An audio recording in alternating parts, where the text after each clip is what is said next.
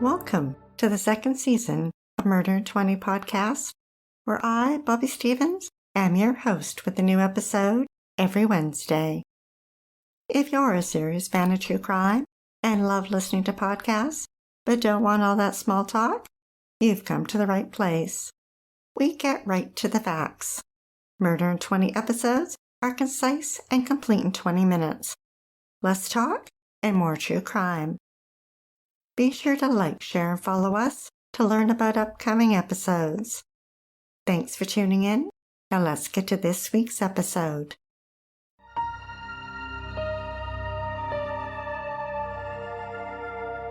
In a small town 50 miles south of Reno in Nevada is Gardnerville. A quaint town nestled in a valley at the foot of the towering snow-tipped Sierra Mountain peaks.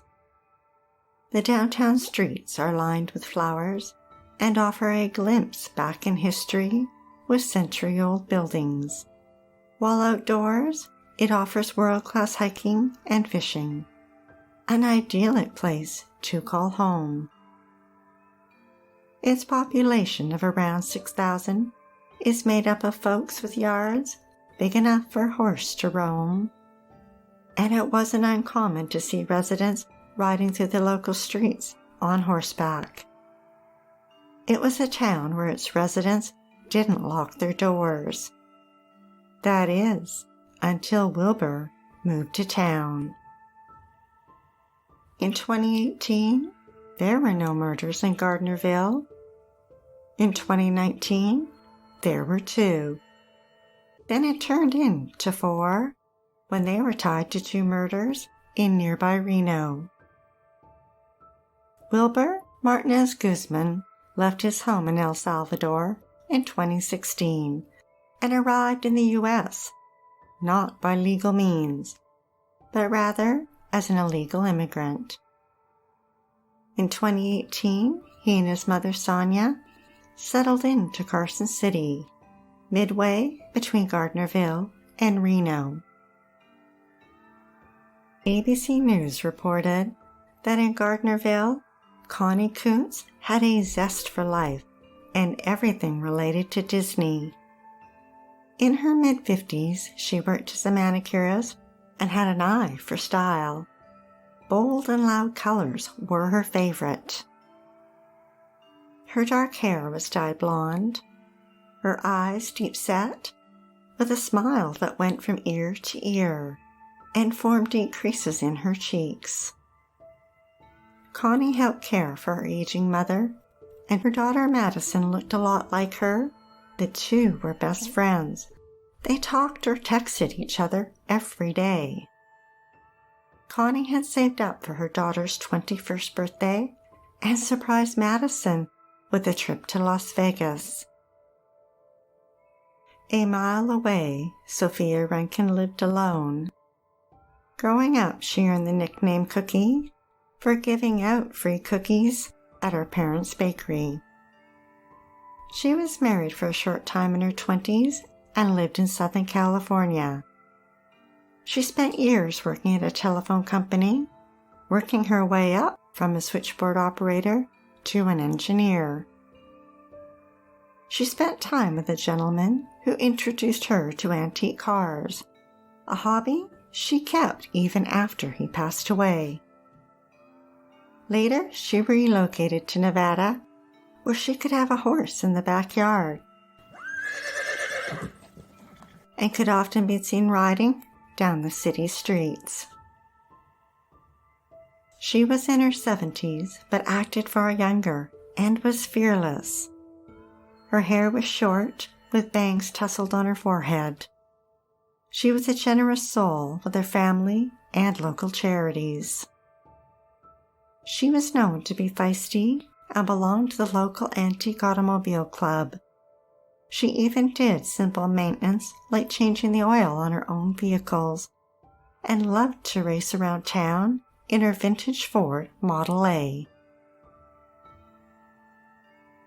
In Reno, Gerald and Sharon David were in their 80s and still active in the town's equestrian circles. Gerald had been president of the Reno Rotary Association, and Sharon was a director. Both liked to wear a tall white Stetson hat, and you know what? They could pull it off. It definitely suited them. When Gerald walked into a room, he just sort of took it over, in a good way. He was a natural leader, and Sharon was a lover of animals. The Las Vegas Review-Journal described how the couple's home was a haven for young family members. When life got to be too much for them, Gerald and Sharon would take them in.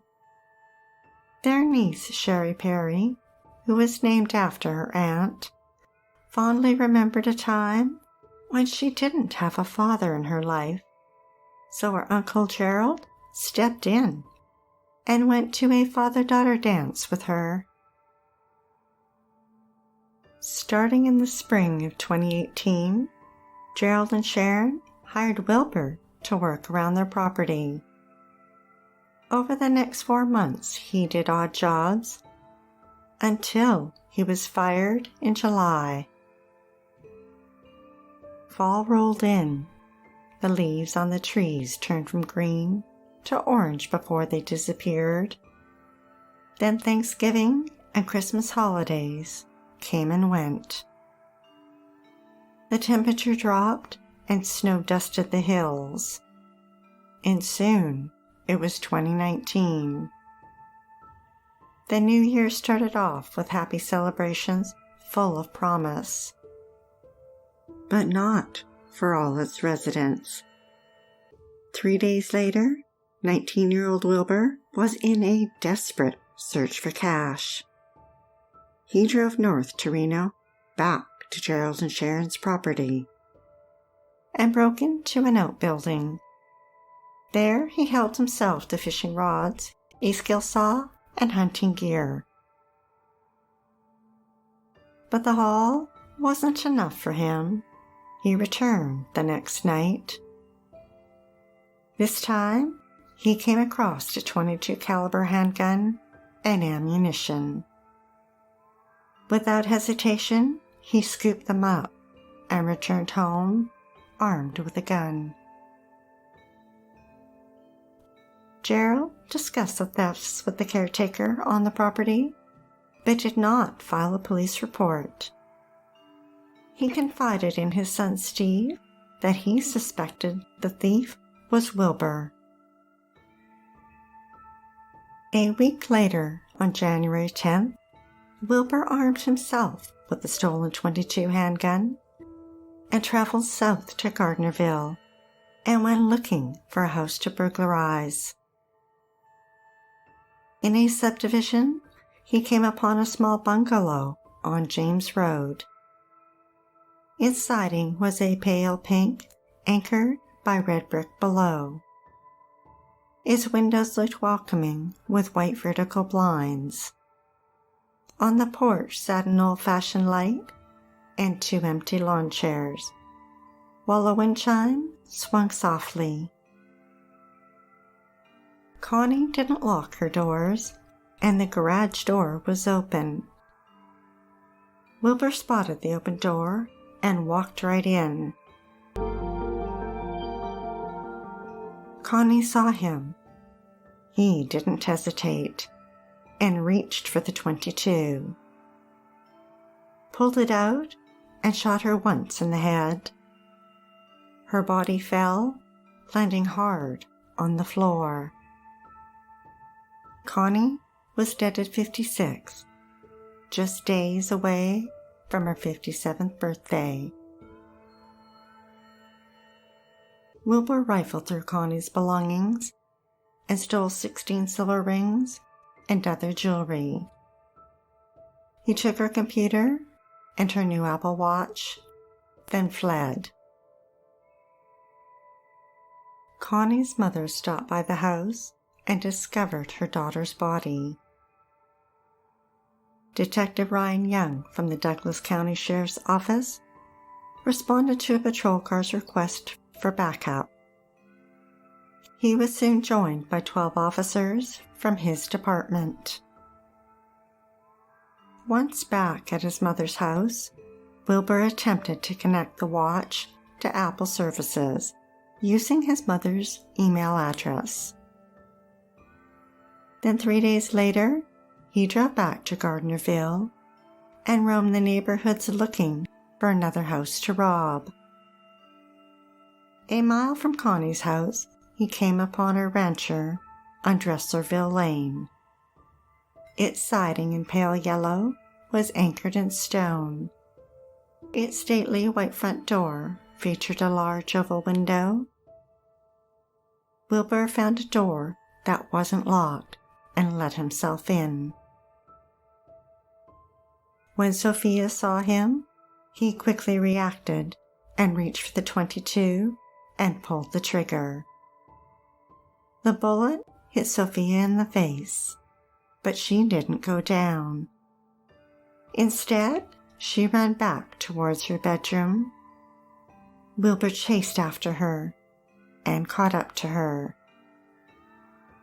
He fired 3 more times.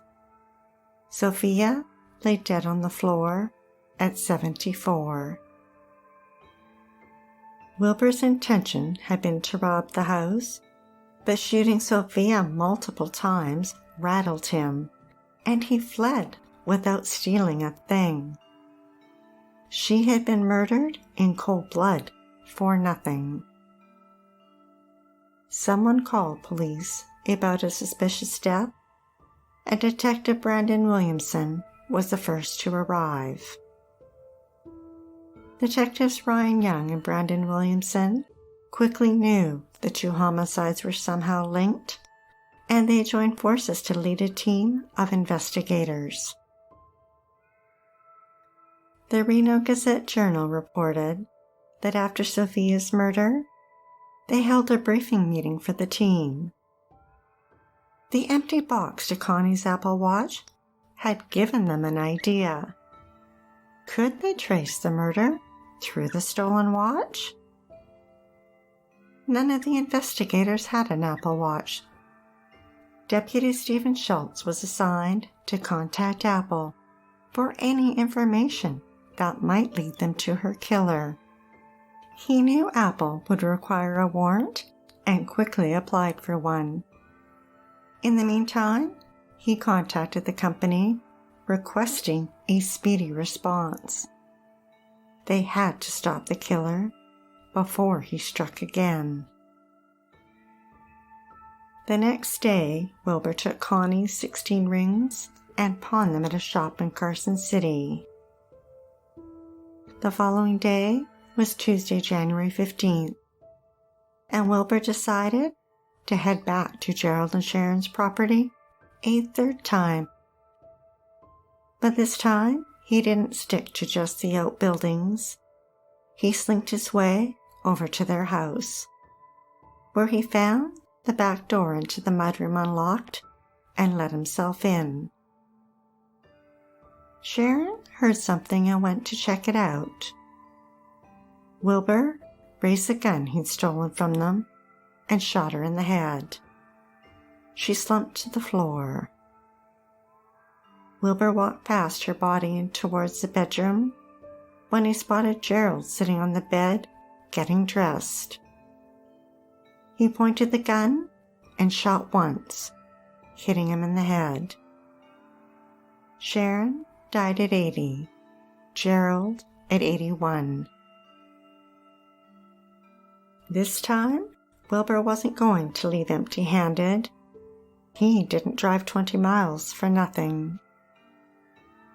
He rifled through their home and snatched Gerald's gold Elks ring, engraved with his initials, and his prized rodeo belt buckles. Then he found numerous firearms, which he also stole. Later, Wilber pawned Gerald's Elks ring and a rodeo belt buckle at a pawn shop in Carson City. Sheriff's offices from Washoe County in Reno and Carson City responded to the murders, and investigators knew the 4 cases were connected. but it would take 3 days before they got their big break in the case. On Friday, the clock ticked closer to 5 p.m.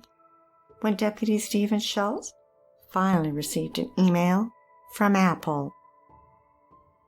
He contacted Detectives Ryan Young and Brandon Williamson to fill them in. Apple had been able to provide the name of someone who attempted to contact Connie's stolen watch to their account. That name was Martinez-Guzman, Wilber's mother. Federal immigration authorities advised investigators that Wilber was in the country illegally. That night, 3 sheriff officers from Douglas and Washoe counties and Carson City were joined by the FBI. They set up surveillance on Sonia and Wilber. On Saturday afternoon, Wilber got behind the wheel of his mother's 2006 BMW. Detectives followed him. He went to a car wash and was headed to the trash bins. Detectives were concerned he might be trying to get rid of evidence. Wilber was arrested, handcuffed, and taken to the Carson City Sheriff's Office. It had been less than 24 hours since they received the email from Apple. Initially, Wilber was held on immigration charges. He was interrogated for 3 hours. The New York Post reported that when detectives began asking him questions, he smiled and giggled. But after being confronted with inconsistencies in his story, he admitted he had done something that's unforgivable. He cried like a baby and called himself an idiot, then confessed to the 4 murders. Wilber was charged with a total of 36 counts for burglary, possession of firearms and stolen property, and murder.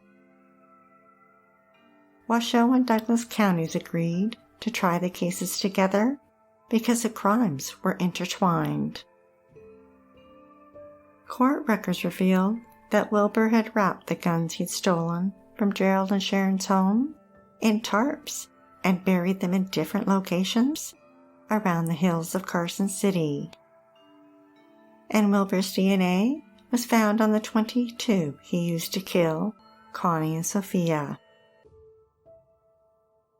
The families of Connie, Sophia, Gerald, and Sharon appealed to District Attorney Chris Hicks to drop the death penalty so that the case would not drag on for years. And in the fall of 2021, he agreed. In a plea deal, Wilber pled guilty to all 4 murders. At his sentencing in February 2022, the 23-year-old murderer was spared the death sentence and instead received 36 to 90 years for Gerald and Sharon's murders and was handed 2 consecutive life sentences with no possibility of parole for the murders of Connie and Sophia. At his sentencing, Wilber was given the opportunity to address the court and speak to the families. He declined and chose to stay silent. The families would not get an answer as to why someone who came to their country for freedom took the freedom of their loved ones. Be sure to tune in next Wednesday for the episode of Audrey Trudeau. She was a successful professional, and when her coworker Deb needed a place to stay, she gave her a home. Soon Audrey discovered Deb had stolen money from her to feed her gambling addiction, and she evicted her. But then Audrey disappeared without a trace. We'd like to acknowledge Purple Planet for use of their music, sound effects from Feslian Studios, and Quick Sounds, and our many editorial sources who are listed on our website. If you're dying to hear more, past episodes are available for free at murderin20.com and on all major podcast platforms. Be sure to like, share, and follow us to learn about upcoming episodes every Wednesday. And feel free to leave a 5-star review on any one of them or all of them. We're not shy. Stay safe, sleep with the lights on, and don't play with strangers.